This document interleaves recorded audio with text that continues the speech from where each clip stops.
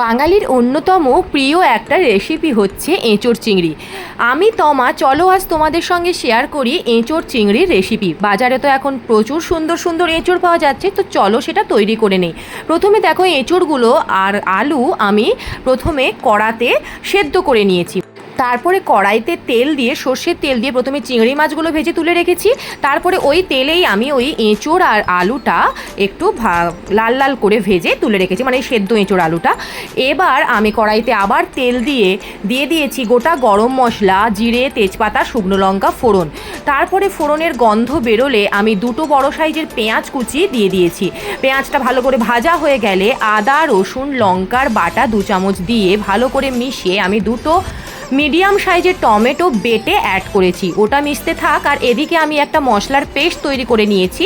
2 চামচ জিরে গুঁড়ো, 1 চামচ ধনে গুঁড়ো, হাফ চামচ লাল লঙ্কার গুঁড়ো, হাফ চামচ কাশ্মীরি লঙ্কার গুঁড়ো, হলুদ গুঁড়ো সব একসঙ্গে মিশিয়ে একটা পেস্ট তৈরি করে আমি টমেটোর সঙ্গে অ্যাড করে কষিয়ে কিছুক্ষণ, তেলটা ছাড়লে আমি আলু আর এঁচোড় যোগ করে কিছুক্ষণ কষিয়ে আমি চিংড়ি মাছগুলোও যোগ করে দিয়েছি। প্রয়োজন মতো নুন আর ব্যালেন্সের জন্য একটু গুড় ইউজ করেছি, দিয়ে দিয়েছি গরম জল।